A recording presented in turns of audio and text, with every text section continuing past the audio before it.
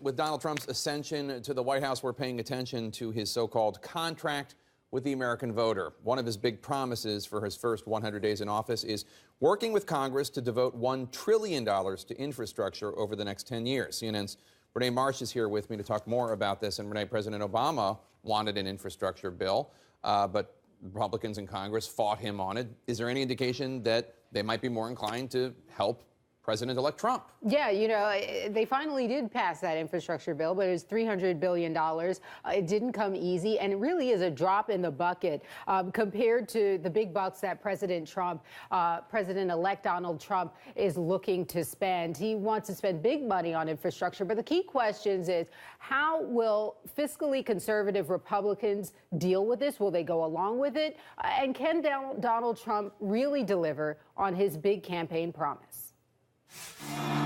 It was a central message during President-elect Donald Trump's campaign. We're like a third world nation. You look at our airports, our roads. Our infrastructure is falling apart. I'm going to start swimming across rivers and lakes now. I don't want to drive. A $1 trillion plan to rebuild America's infrastructure like airports and pipelines and create thousands of jobs over 10 years. A promise he doubled down on in his victory speech. We're going to rebuild our infrastructure, which will become, by the way, second to none. To date, there are few details on what the plan would actually look like. A $1 trillion investment could cover the cost of repairing and expanding the national highway system and aging bridges, but it still falls short of the $3.6 trillion needed to restore all of the nation's infrastructure.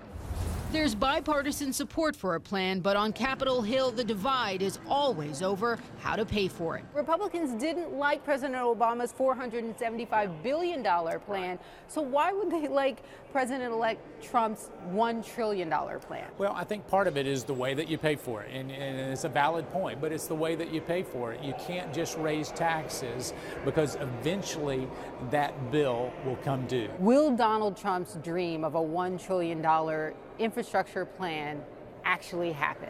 Well, I think his dream will happen if we're committed to work in a bipartisan way. Trump hopes to entice the private sector to fund these projects with tax credits.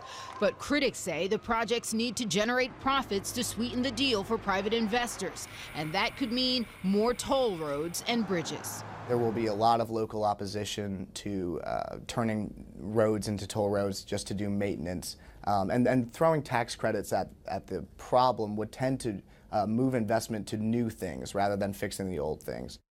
Well, Republicans publicly showing an appetite to make Trump's big spending infrastructure plan a reality. But after speaking privately with a lot of lawmakers as well as people within the industry, many of them do not believe that the plan that Donald Trump has outlined will actually, in the end, be the plan that we see. They believe it will be a much smaller plan. There just really isn't the stomach or the appetite for something with that sort of price tag. $1 trillion is pretty expensive. Well, that's a lot of money, especially if you also campaign as somebody who's going to fight to reduce the national debt. Exactly. So how do you do it? Right. Renee Marsh, thank you so much. Appreciate it.